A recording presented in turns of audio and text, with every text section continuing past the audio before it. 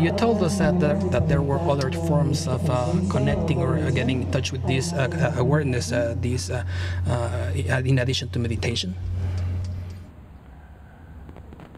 Meditation, in my mind, is a very, very broad category. I gave you one example of the mantra meditation, or of focusing on the breath. The breath is just a different kind of mantra, if you like. You know, it's not a word, it's just focusing all your intention on something that's trivially simple, repetitive, that keeps your thoughts away. Well, you don't have to do either of those. There are other methods. One, you can get into a meditative state just by sitting down and closing your eyes and being quiet. You don't have to do anything. You can just let your thoughts go, let the world go. You know, we all do this every time we read a good book. You sit down and read a good book, the rest of the world disappears. You're just a consciousness getting a data stream out of this book, right? And people walking through the room behind you, you know, other things going on, you just don't, you're not attached to them. It's not that you don't know you're alive and in this house or, you know, whatever, you don't hear the person walking, you're just not attached to it. It just happens and it doesn't interrupt your focus. Well, that's like a meditation state. So we can get into a meditation state reading a book without any difficulty at all. Why? Because we focus our intention completely on what we're getting out of the book. The problem is that if we want to focus our intention on nothing at all, that's why we do the mantra. We can now focus our attention, instead of on the book, on this sound, or on our breathing, or on a candle flame, or on a mandala, you know, kind of trace the lines of the mandala. Anything that keeps the mind occupied so it doesn't run off chattering will get you there. All of that is meditation in my book. You see, now, some people only define meditation as a mantra or the breathing technique, and there's just very specific things about it, but these are all just tools. When we listen to music, the same thing happens. If we really like a piece of music, when we listen to that music, the rest of the world disappears. It's us and the sound, and that's all there is, you see. Well, now let's do that without the music, without the book. So you know, all of you can do it. You do it all the time when you focus your intention on the music or the book. It's not that hard. Now you just have to do it without the music or the book, and then we call it meditation. So just sitting down and being quiet and letting everything go, same thing. And when people begin to meditate, they approach it with an idea that this is a problem, this is a hard thing to do. You know, yogis spend decades learning to get to nirvana, which is just this point consciousness state. And here I am, and I don't know anything, and I'm not a yogi, and I'm going to do it in a week. No chance, you know. So they already feel defeated before they start. That's the problem. It's really a lot easier than you think. You just let go. So anything that enables you to relax and let go of your sensory input and of your thoughts will do. Some people do that naturally. Some people just automatically do that. They don't even know that it's meditation. They just do it. They've always done it. Some people who've been around the evolution cycle enough times come in to this world doing that naturally. You probably all know children that kind of drift off into their own world. Well, that's just a meditation state. And we grow out of it because our parents tell us, you know, cut that out, you know, get back to reality, pay attention to what I'm telling you. But just drifting off into nowhere and kind of losing yourself, that's a meditation state. You see? So there's lots of ways to get to that state that aren't structured at all. It can be entirely unstructured and it'll work just as well. Matter of fact, it's faster. Eventually you outgrow the need for the meditation tool and you just go into that state. You can go from a talking state like that into point consciousness in 1/10 of a second and come back just as quickly. It's just easy. You don't need meditation. Meditation would just slow you down. Meditation's a tool, particularly a tool for beginners. It gives them structure. It gives them something to do. You see, it's not about doing, but we give them something to do. And while they're busy doing this nonsense stuff, we let their inner being kind of come out in front of them because they're clearing all the other thoughts out of their mind. Okay. Another question?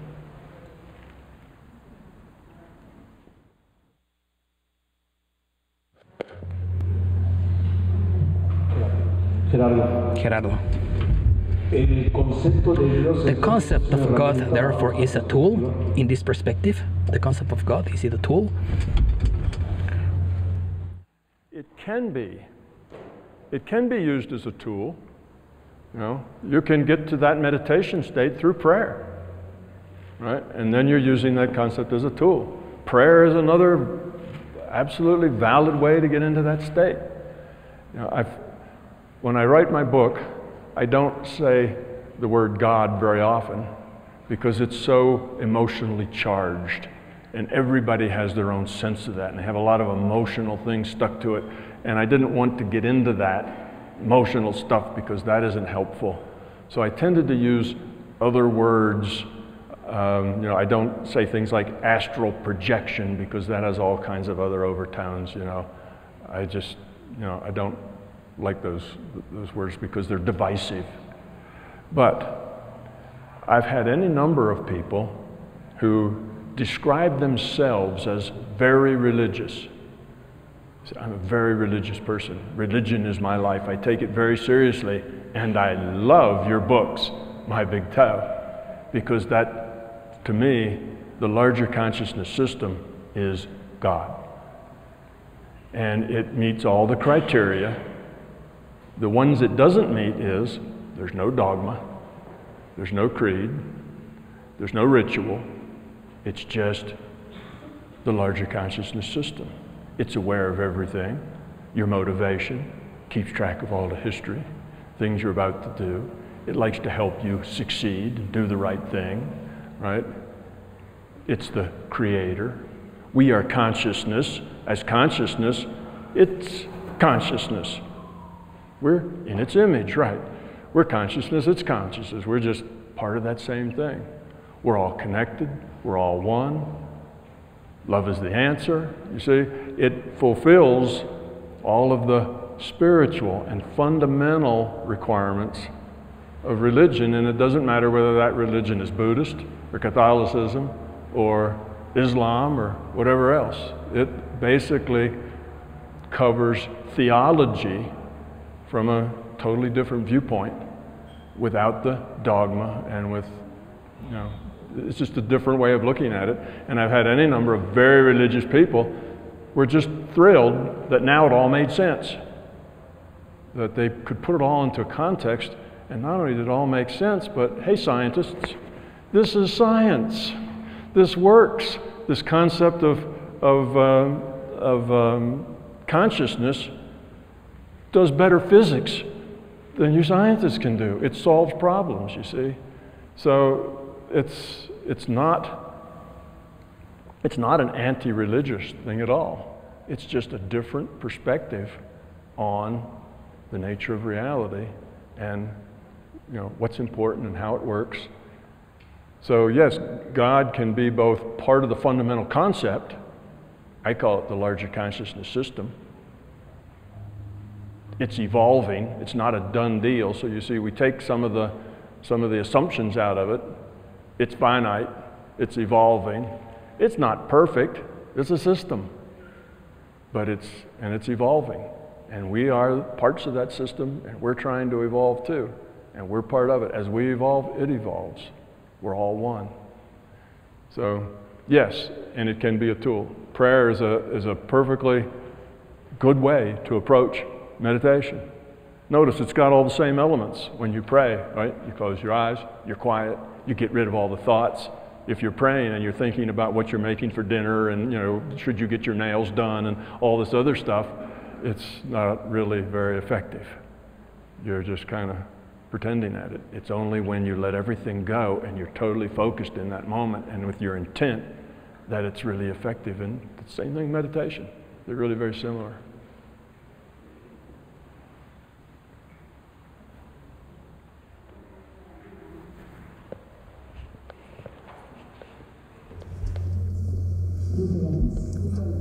What's your name, Nicola?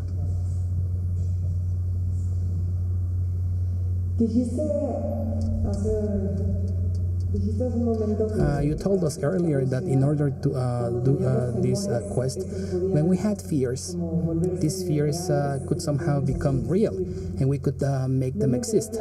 What is not clear is if, because you say that it's important to address these fears before we begin this search, or is it okay to start this search once we face these fears to overcome them? Okay. Yes, you do make your fears come true. You also can make good stuff. You can make happy things come true too. Because your fear is expressing an intent, and that intent will help change the future probability to make that fear come true. And what do we put the most energy in? What gets us at the deepest level, the most tied up, the most, it's our fear. So we tend to make our fears come true. That's just a function of this reality. If you have a fear, and that fear is a deep, strong fear, you will manifest that fear. So you have the fear, say, that nobody will like you, that you are unlovable, you're not really worthy, and this is your fear. The way you will probably act because of that fear is to turn people off, to be rude, to push them away, because you don't want to give them the chance to reject you, which is what you know you deserve, is to be rejected. So you don't give them a chance, you push them away. Well, what happens? Nobody likes you. Your fears come true. You see, you've created the problem. You have a fear that your teenagers are going to, get into drugs and get in with the wrong crowd, so you don't let them go out of the house. You lock them in a closet, you send food in under the door.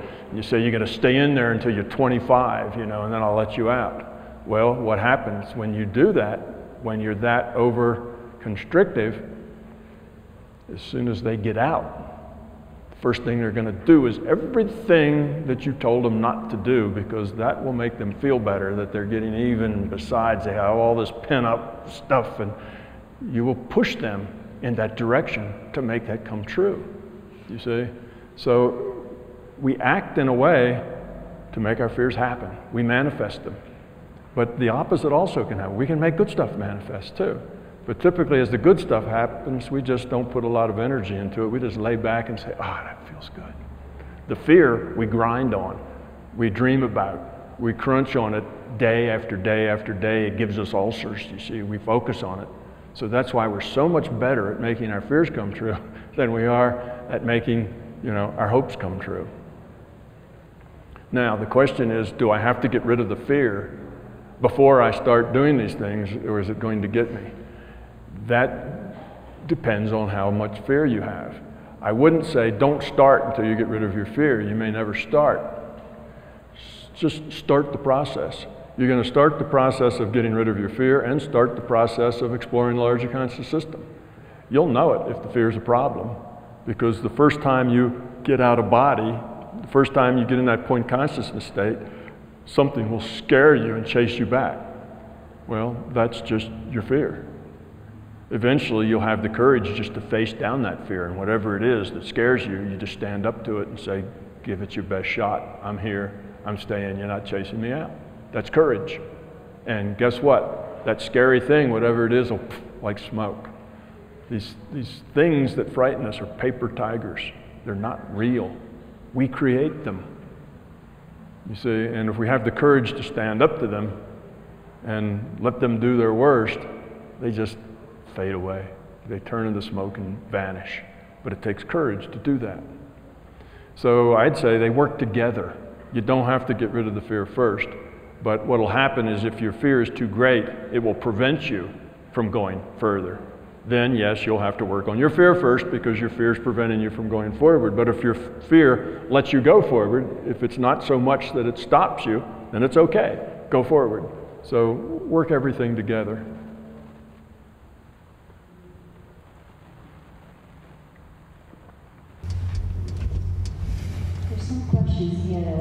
Tengo algunas preguntas que me pasaron por escrito.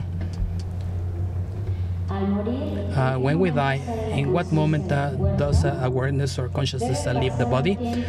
Must some time elapse before you are incinerated? No. No, when you, in the death process, and again, there is no real death, but in the virtual death process, sometimes the consciousness vacates the body before the body's even actually pronounced dead. The body may still be breathing. Sometimes people who are in comas, who are lying there and they're brain dead basically, there's nobody at home. There's nothing but a shell there that is still going on because the rule set won't let it die yet, because they keep pumping in food and pumping out wastes and doing this kind of stuff. So the rule set just keeps it alive. But the soul, if you will, and I talk about a individuated unit of consciousness, if you like, you can call that a soul, or you could call it a spirit, or you could call it your non-physical part. It's all basically the same thing. But that leaves when the probability of you coming back gets low. Okay, when it's like there's no point staying here anymore because there's no more choices. You're unconscious, you're whatever. You're not any longer able to play the game. You can't make choices in that state. Well, then there's no sense in being here. So it's gone. The body could still be alive for that matter. So mostly for people who are dying of old age or an illness or something like that, that soul, that non-physical part departs when that person departs. It all happens right then, when they get take the last breath and it's gone. And that's when the consciousness wakes up and finds itself in another reality frame. It's like, oh, what's this? Oh, wasn't I just dying? Uh-oh. Where am I? What's going on? And if they're fearful, that's when it starts to get a little scary. But if they're not, go on through the process. It's very easy. Esta pregunta es de Rosy. ¿Quieres levantar la mano, Rosy? Wait.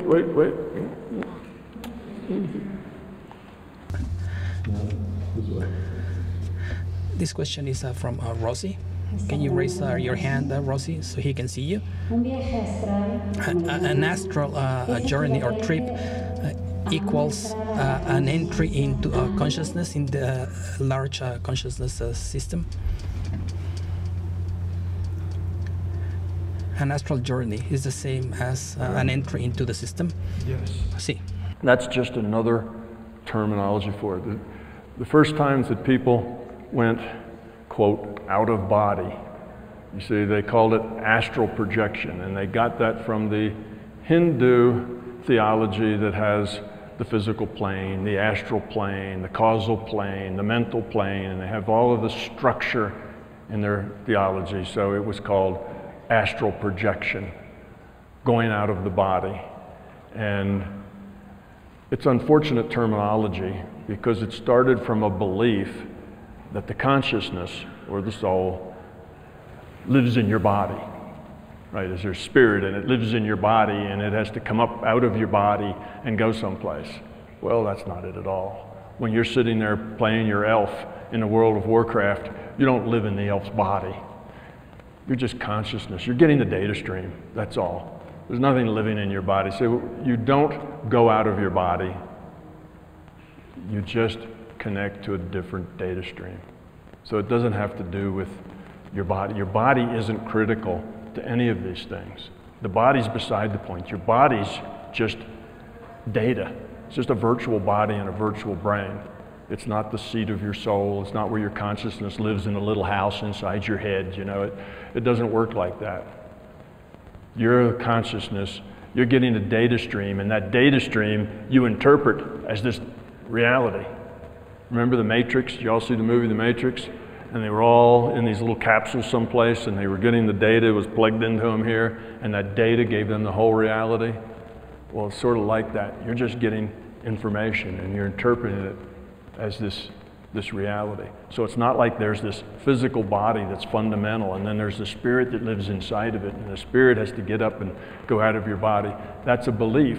And when you have that belief, you start creating all kinds of things to substantiate the belief. That's why beliefs are not good. If you read the old literature about astral projection, everybody who projected astrally had a silver cord attached between their shoulder blades back to their body. You see, that's just the way it was. If you were if you did astral projection, you better have your silver cord. It's sort of like the hose that went down to the diver, right, with the air hose. That was your lifeline back to the body. And if that cord got cut or something happened, you'd be lost. The body would die, the spirit would go off and never land, and it would be awful. And people who now do out of body, same thing, astral projection, they don't have any cords. Why don't they have any cords? That belief has gone away. You don't need a cord. Why do the people move through the tunnels of light? Because they believe if they don't move, they can't get anywhere. You see? It's habit of thought. So if you have this belief about the soul living in your body and being attached to your body, and the reason your body can act is because the soul is in there animating it, and the soul goes out and travels, soul travels, then the body's left without a soul, that's dangerous and so on. That's just a belief based in an ancient idea where the body, the physical body, was the fundamental reality. And the soul was the kind of the airy reality, a different, it doesn't work that way. So, yeah, let's look at another question. I guess that answers it. Yeah.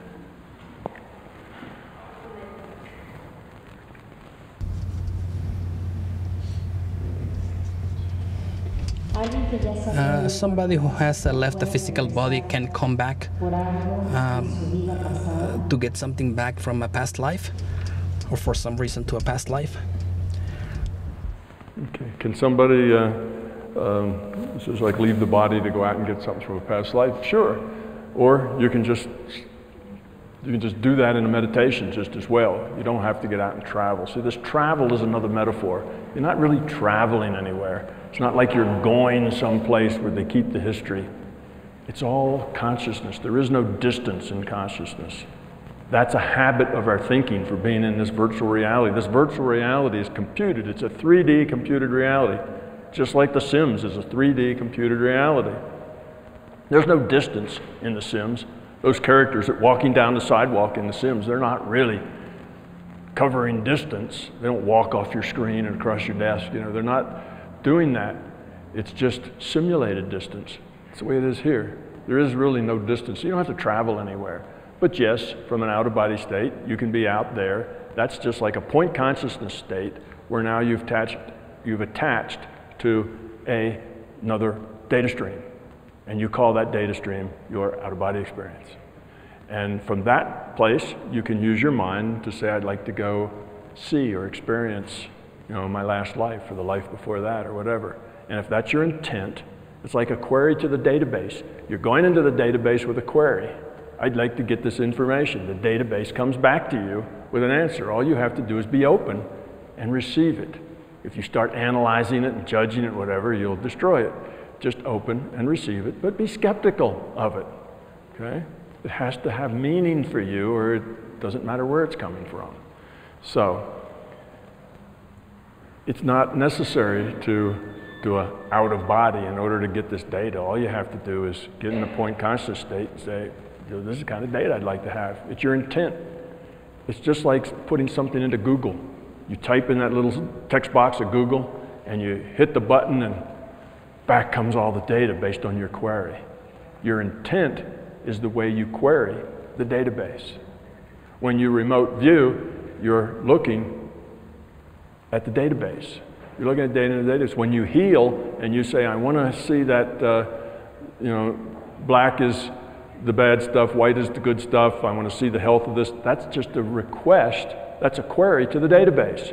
You're going into the database that has the information about that person's health. You're getting the database, you're getting the data out, and you've told it you want the data displayed in a black and white picture.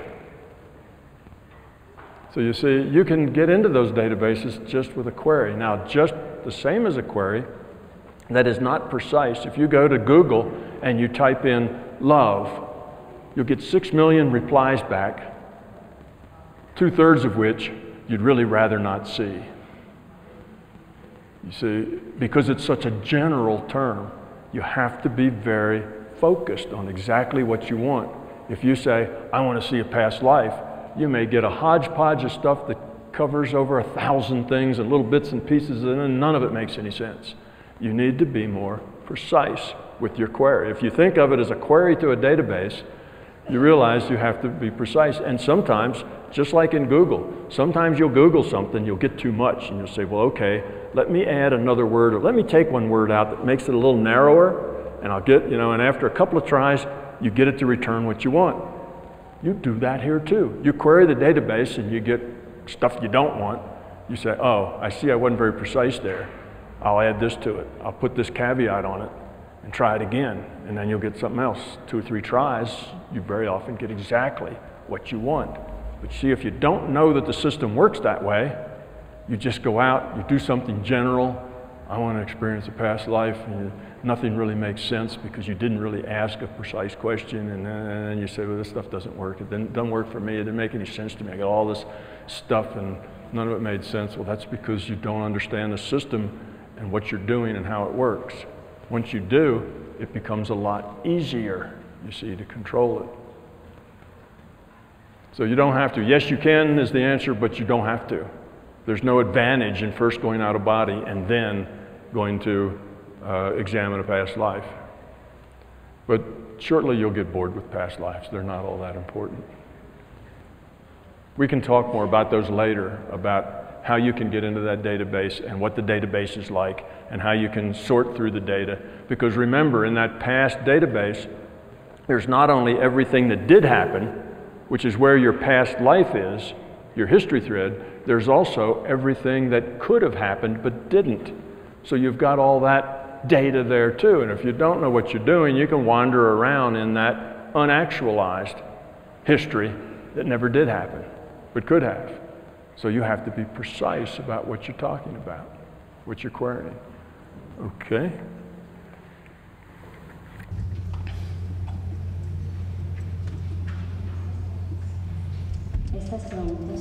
These questions are by Gerardo Garza. Can you raise your hand, Gerardo? What do we understand by out-of-body experiences? Why do they happen involuntarily? How can we drive them or cause them to leave them? Can they be directed or targeted?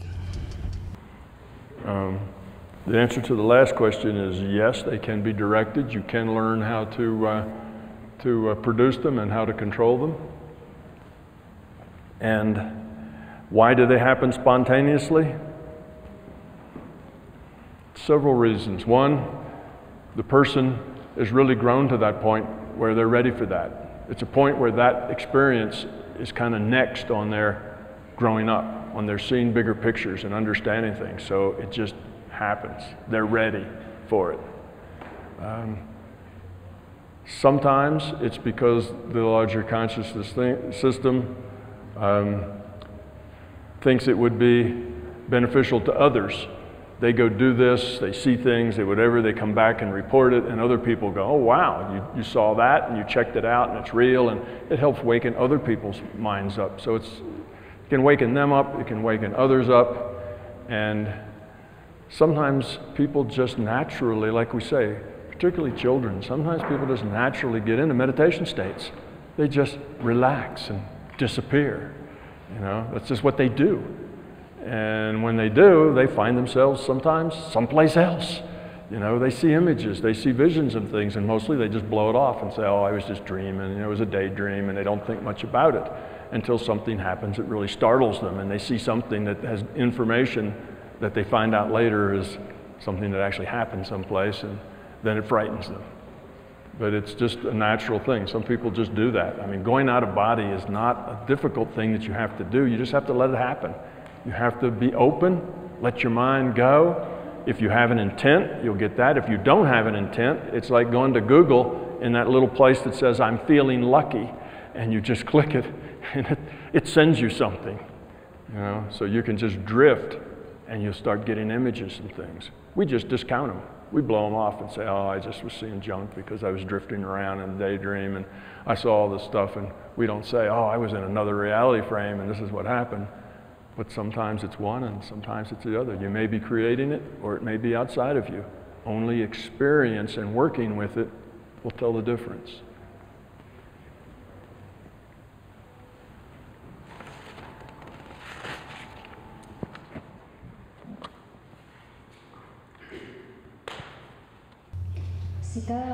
If each and all of us live our own reality, but at the same time we're creating a massive reality with the intent, should we conclude that the world is leaning towards manifesting itself under the intent that dominates, whether it's good or bad? What was the very last part of that question? Could you do just the last line? Yeah. Should we conclude, therefore, that the world leans towards manifesting itself under the intent that dominates? I don't understand that predominates. I don't know who made the question. Yes? That predominates, good or bad? I think I've got that. We are creating this reality, and like I said, the reality is us. It reflects us the way we are. It reflects people who are basically operating on fear, and their intent is fear-based. That's what it reflects, and that's what we are.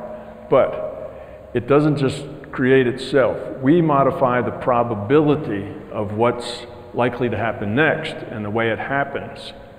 We enable our leaders and our institutions to be the way they are, you see. But you have a rule set. The rule set says, here are the things that are probable.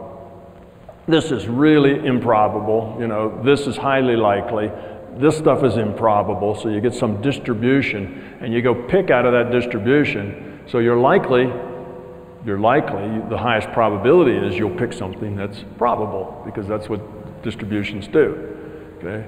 So the rule set tells us what our options are, what we can do. We can't jump 20 feet in the air. You know, that's our options. We can't get hit over the head and get brain damage and not have it affect anything, because the brain's just a virtual brain. The brain is the constraints on what the consciousness can do here. So it's sort of, yes, we create our own reality in the sense that we manifest it from the probabilities that the rule set gives us. So there's two things going on, and it's interactive. We're all interactive. So we have over 7 billion intents all at the same time. So it's a pretty big jumble of intents. What comes out of it is kind of the average of what we are. See, that's kind of the average level of evolution on the planet is kind of what we see. There's some that's a lot better, there's some that's a lot worse, but in the jumble, all kind of averages out to represent us, the people, in an average way. But it can only represent us within the constraints of the rule set. So we can't just create anything. We can't say, hey, everybody in the world, let's have an intent that we can fly. We can flap our arms up and down and fly. Well, you can have that intent all you like, but the rule set says, no, it's not going to work, because that's not the way the physics, that's not the way the rules, you know, allow us. So we make our reality, but within constraints.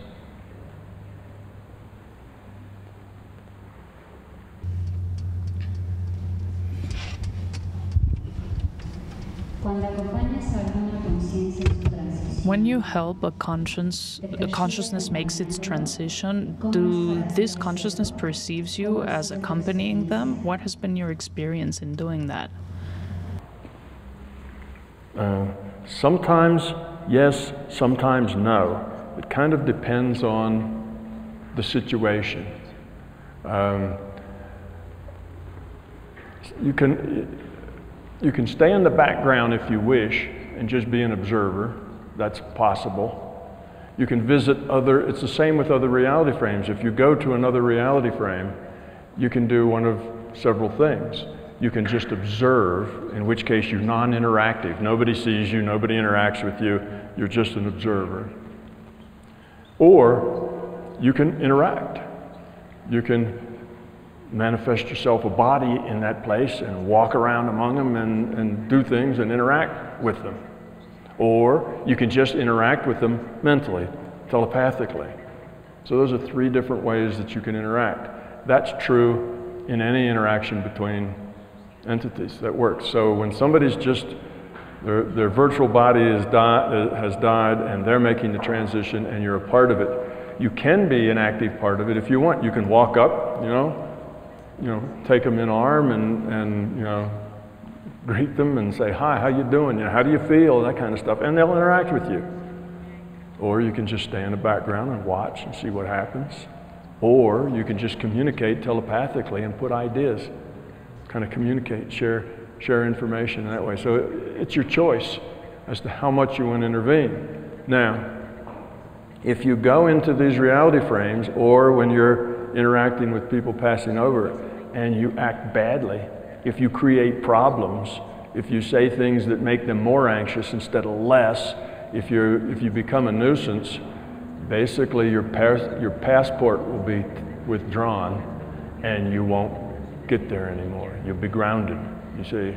So the system isn't going to let you raise havoc, but so much. Now the system will give you a long rope because you have free will, but there's limits at which you can do. And yes, if we can go do that there, they can come do that here.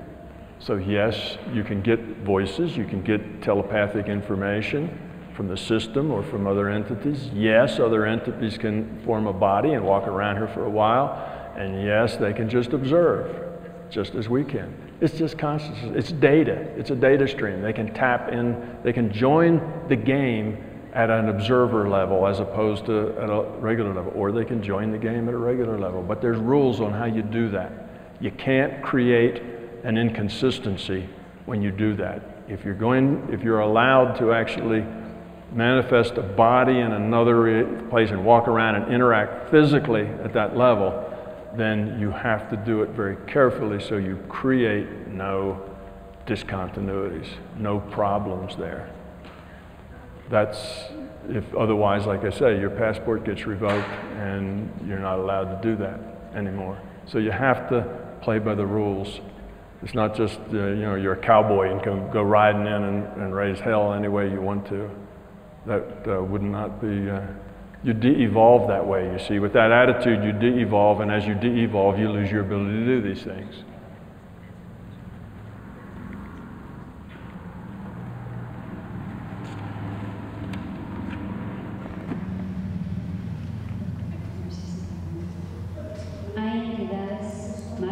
Are there bad entities? Evil entities? See, evil entities.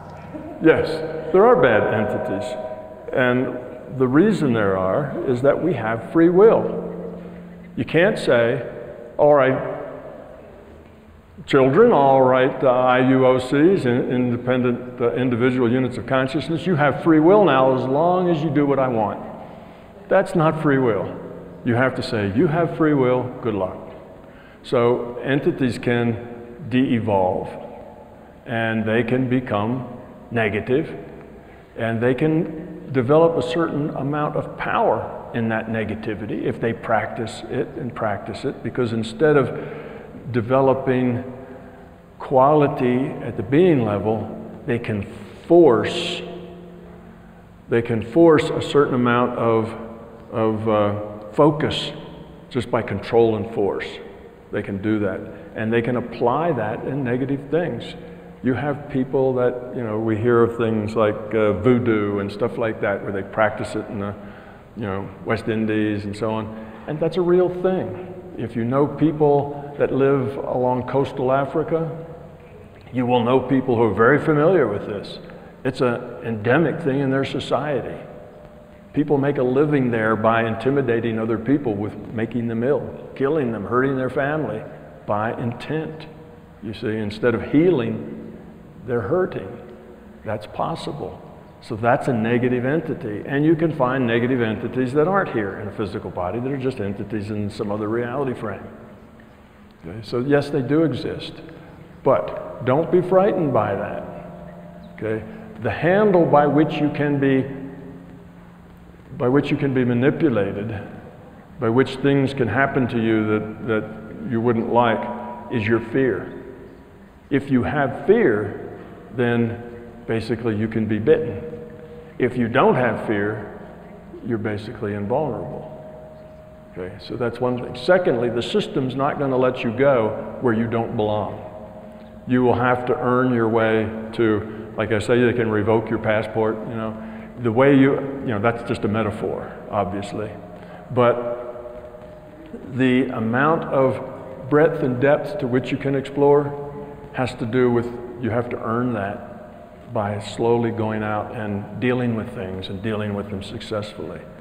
Otherwise, you are discouraged from your explorations. How do you get discouraged? Well, the larger consciousness system will scare you. You'll get out of body and you'll go, oh, I'm out, you know, and you'll look back, you'll see your body laying in the bed and you're doing this and that, and suddenly some big monster shows up and goes, Rrr! And you go, ah, and you run back to your body, and now you don't do it anymore. That's just a fear test. It's a test to see how you react to things. How frightened are you? If you're frightened so that you scream and run back to the body, you're not really going back to the body, you know what I mean? If you drop the link, just another metaphor, if you drop the link because you're frightened, you're not ready yet. So that's one of the ways that the system polices it.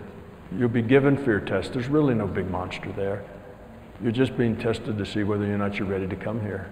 And the day that that big monster shows up and goes, grr, you turn around and say, get lost, you know, give it your best shot, I don't care. I'm going to explore here because I want to.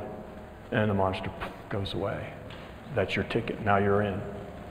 You see, so there's fear tests that will keep you out before you're ready.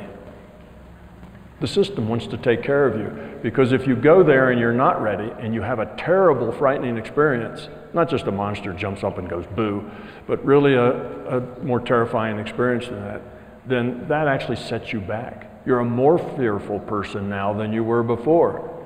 So that experience has regressed you rather than progressed you forward. The system doesn't want that. So it will keep you out of where you don't belong because it doesn't want you to regress. It wants you to progress.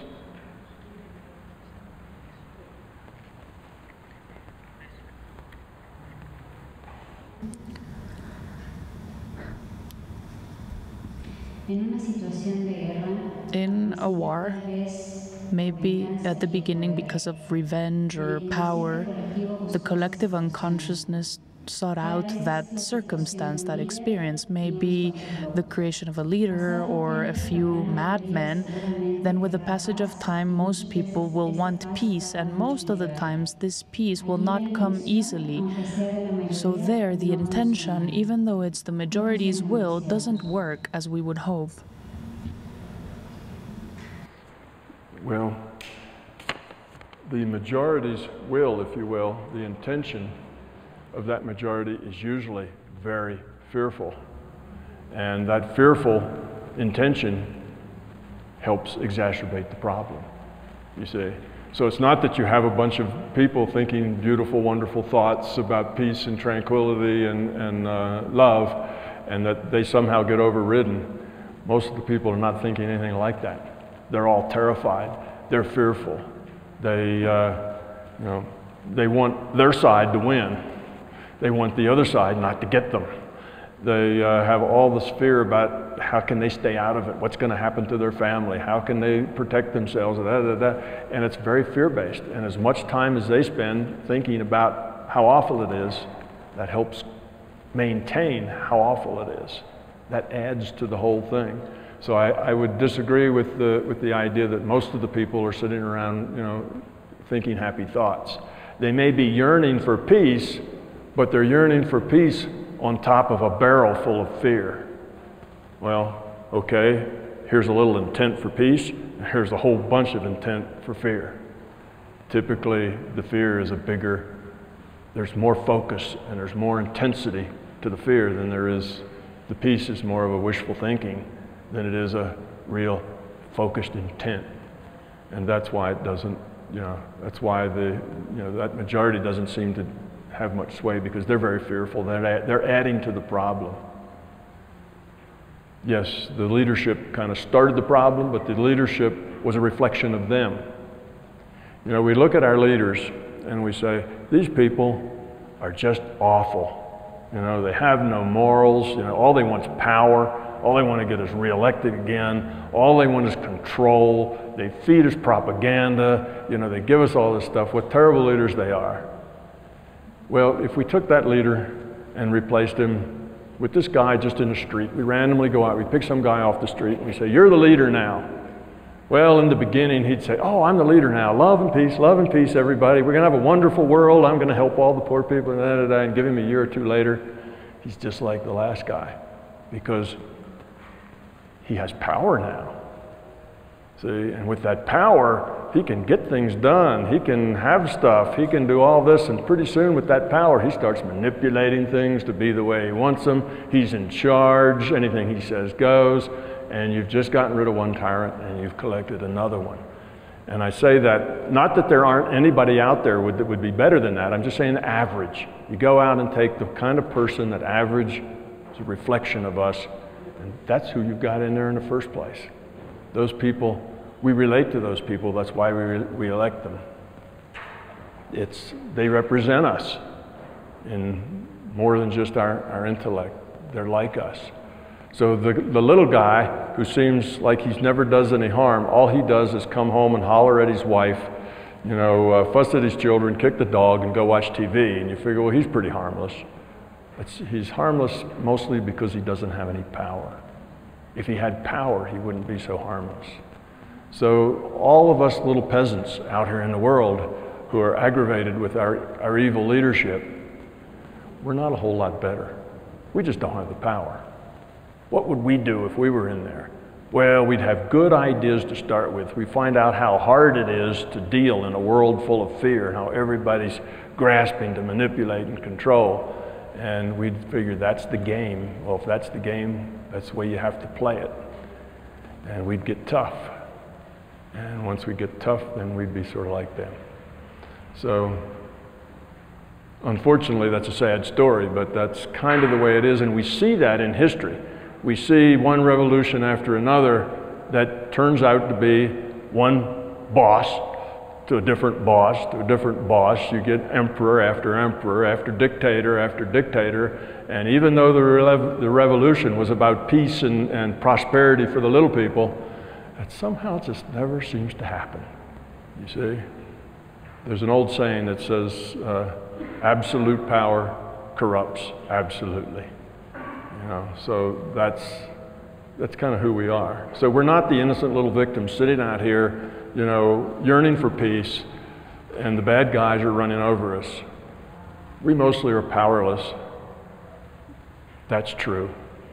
But we're not so much yearning for peace as we are terrified of not being able to keep ours and get what we need. It's still mostly about us, and we feed that same negative reality.